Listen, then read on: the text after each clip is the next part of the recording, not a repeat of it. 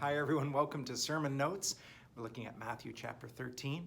We're looking at the last three parables and actually looking at the whole chapter and all of the parables together and how those parables fit into the context of Matthew's gospel and certainly within the context of the last two chapters leading up to chapter 13. So we'll see in chapter 11, chapter 12, this is a context that leads forward to chapter 13, which is all about the parables. Parabolas.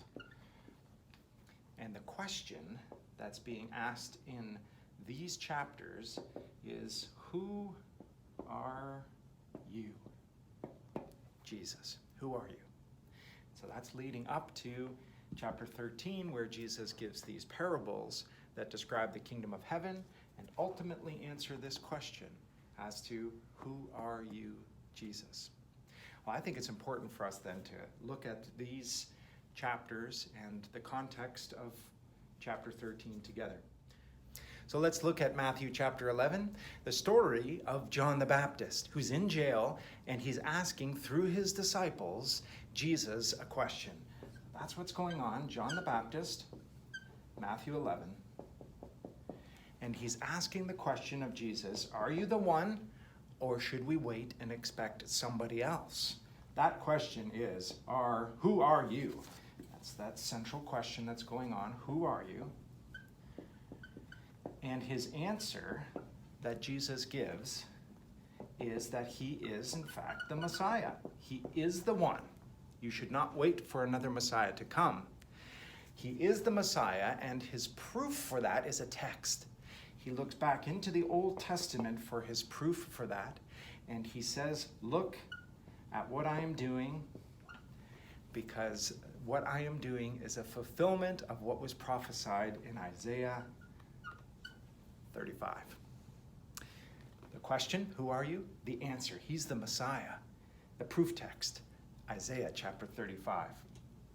That's going on in our context for chapter 13. Central question, who are you, Jesus? We now move into chapter 12. You can flip over in your Bibles and you can put down next to chapter 12. The question comes out of a story about the Sabbath, Matthew 12. And this question comes out of the story of the Sabbath. This was the story of John the Baptist. The story of the Sabbath, Matthew 12. The question comes from the Pharisees this time, and they're asking, who do you think you are? Who are you? Or who do you think you are? And not observing the kind of practices that are done on the Sabbath like John the Baptist's disciples were doing. Who are you? His answer is that he is Lord. He is the Lord over the Sabbath. He is the Lord of the Sabbath. And he gives an Old Testament proof for this as well. This comes from Isaiah chapter 42. You say, Isaiah again? Yes, Isaiah again, chapter 42. And this comes right after the narrative about being Lord over the Sabbath. And then the text that is spoken of in Isaiah 42 talks about the Spirit of God being placed upon the Messiah, the chosen one. And the Messiah will be one who is meek. The Messiah will be one who is leading people to justice and to victory, because he is Lord, and a specific character to his lordship. He is one who is meek, who's a servant, who serves humanity by his great love. That's very important, and it's no wonder that Matthew is wanting us to capture what Jesus is saying here by using that Isaiah text.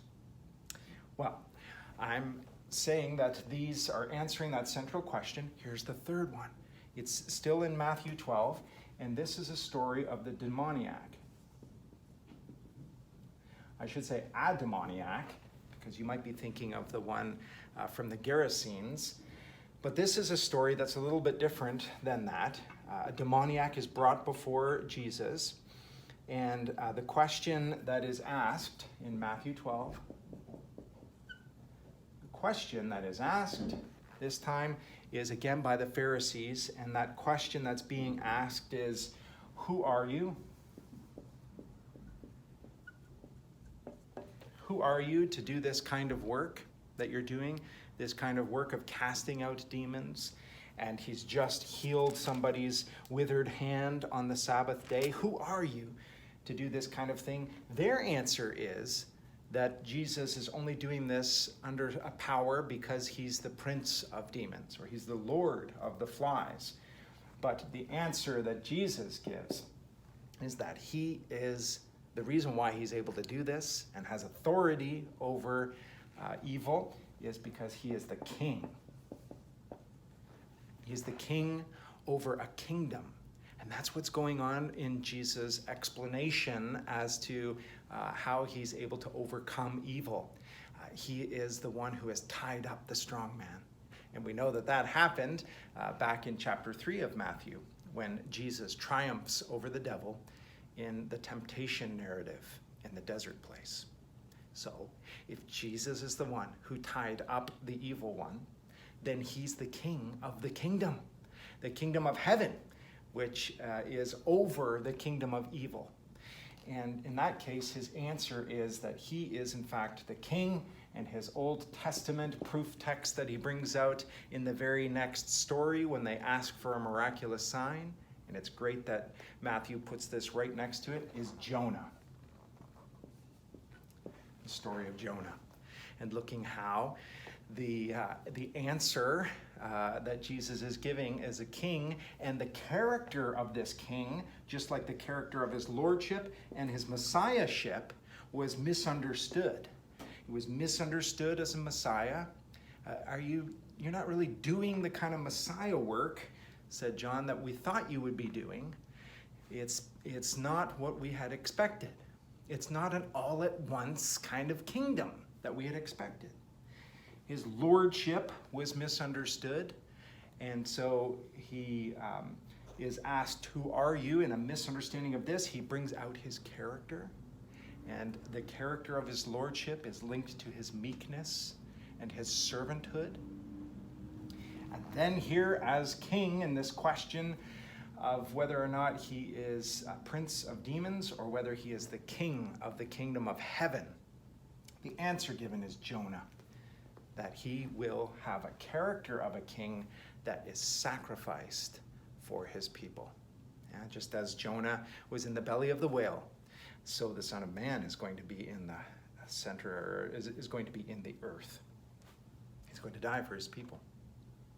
So what we're seeing then, I can draw attention to this, is we're seeing a common thread going on in these passages. A common thread through the answer that Jesus is giving as to his character and who he is. He is Messiah. He is Lord. He is King. But you might overlook that. You might miss that because you might be looking for a different kind of Messiah. You might be looking for a different kind of Lord or a different kind of King. And Matthew, putting these pieces together and Jesus delivering these, does not want you to miss the fact that this is absolutely true about him. And if you don't look and see, if you don't hear and listen, you might miss it. That's what's going on in chapter 13 with the parables. So let's look at the parables again all together and see how this thread comes out in that answer that Jesus gives as to who he is. If you don't look, you might miss it. If you don't hear, you might miss it. Okay, let's look at chapter 13. I'll erase this and we'll look at the parables. Now, as we look at chapter 13, then in the parables, with this question of who are you, Jesus, and the answer that he's been giving, he is Messiah, he is Lord, he is King. And under that answer is the illustrations that he gives. And if you will look and if you will soften your heart and listen, then you can discover that answer. You can discover who he really is. Isn't that what's going on in our four soils? Soften your heart, be that fourth soil, and you can see and you can receive this incredible reality of who God is. wheat and weeds. That's the next one. This answers the kind of Messiah, the kind of Lord, the kind of king that he is, the kind of kingdom that he is setting up. And if it's a kingdom that you're not expecting or that you're not wanting, then you'll have to change your heart, soften your heart, and you'll have to look to see what kind of a kingdom Jesus is truly establishing, what kind of character the king really has. When we look at the next parables then of the mustard seed and the yeast, this is then drawn out even more. It's building, isn't it? It's drawn out even more because you might overlook this Messiah. You might think it, his action and his work, something that was not what Israel was wanting or was expecting. And so you might overlook Jesus as Messiah, Lord and King, and might overlook his true character, small, maybe in your mind insignificant, but then when planted in the ground and when planted into the dough, the miraculous work of God built a kingdom that is beyond even your imagination. But you'll have to look, you'll have to soften your heart in order to receive the answer of who he truly is. And that's what's happening also in the treasure, in a field, and the pearl in the market. This treasure of the truth about the kingdom of God and the treasure of the pearl, that's what's going on here in who Jesus is as Messiah, Lord, and King. This is something that is a treasure worth finding. But you'll have to soften your heart. You'll have to see the truth of who Jesus truly is. You have to look and listen. And then when you see that, when you recognize that truth, then you'll buy it. You will obtain that. You'll do whatever it takes in order to get that. But otherwise, you'll miss. You'll walk right over that treasure in the field. You'll go through the marketplace like everybody else. And you'll never see the truth about who he is. You must soften your heart. You must look and you must truly listen. That's what's going on in the parables in order to see that true treasure and to find that great pearl. Well, finally, there are two more parables following this. Parable of the nets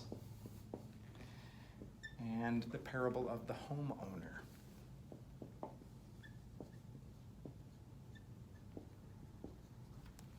Parable of the nets being that parable of drawing in fish, that Jesus is the one who is drawing in wheat and weeds, drawing in good fish and poor fish, and that his kingdom is coming into full fulfillment.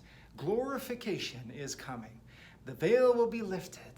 But you might miss that about the kingdom. If your expectation is that the king will establish something here on earth that overthrows Herods and Romans and earthly enemies and put something into Jerusalem that is established forever, if you miss what's going on in Jesus' true plan, coming out of his true character, then you might find yourself being netted and brought in and finding yourself in this day of justice as being one who is never softened their heart, has never looked and never listened and never accepted the truth of who Jesus is. And so you'll be cast away, or as the parable of the weeds says, you will be taken out of the bundle that is the wheat, and you'll be thrown away. So finally, then, I think it's interesting to note that the final very quick parable about the homeowner comes in, where the homeowner goes back into his storehouse and he brings out from his storehouse both something that is old but still has value and something that is new, and brings them out. Therefore, every teacher of the law then who has been instructed about the kingdom of heaven is like the owner of a house who brings out of his storeroom new treasures as well as old. And isn't that what's been going on here in chapter 11 and chapter 12, when Jesus is bringing from his proof texts of the Old Testament something that is old, and bringing in the reality of who he is in this New Testament gospel story. That New Testament is something that is new, and something that is both given then from those who are teachers. And Matthew is definitely an example, isn't he, of this very thing. In this case, I think that central question, who Jesus truly is being exposed here in these parable stories. And we can see this, and this can be something that becomes part of our life, but we must soften our hearts. We must look, and we must listen in order to receive that from God. That central question answered. Jesus Christ is the Messiah. His character as Messiah is something that you need to look into in order to discover. He is the Lord, but you'll have to look and listen and soften your heart to receive the truth of who he is as Lord. And he is, in fact, the King, and he has established his kingdom. But you might miss that kingdom and miss that King unless you soften your heart, look, and listen as to who he truly is and what his character is truly like. Well, I hope that this look at the context of chapter 13, informing us more into what the parables are about, has been helpful to you.